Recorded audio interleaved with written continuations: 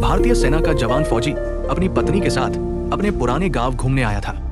फिर फौजी अपनी पत्नी को गांव के खेतों की तरफ ले जाता है। वहां जाकर फौजी देखता है कि चारों तरफ रंग बिरंगी सब्जियां और फल लगे हुए हैं। फौजी अपनी पत्नी का हाथ पकड़कर उसे खेत के अंदर ले जाता है। वहां फौजी एक विशाल आम तोड़ता है, एक आम अपनी पत्नी को देता है और ये खुद खाने लगता है। तभी अचानक गांव के कुछ लोग तेजी से भागते हुए फौजी की तरफ आते हैं और चिल्लाकर कहते हैं कि गांव में एक बहुत बड़ा और विशाल टाइगर आ गया है और वो खुलेआम घूम रहा है।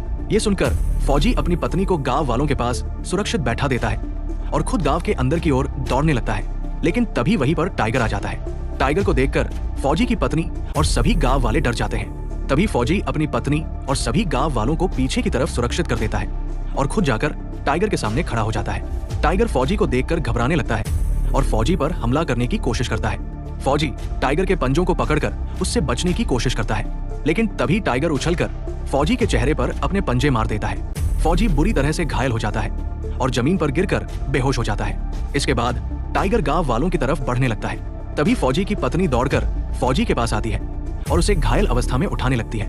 उसी समय फौजी को होश आ जाता है। फौजी अपने पास से बेहोशी का इंजेक्शन निकालता है और भागकर टाइगर के पास जाता है और उसे वह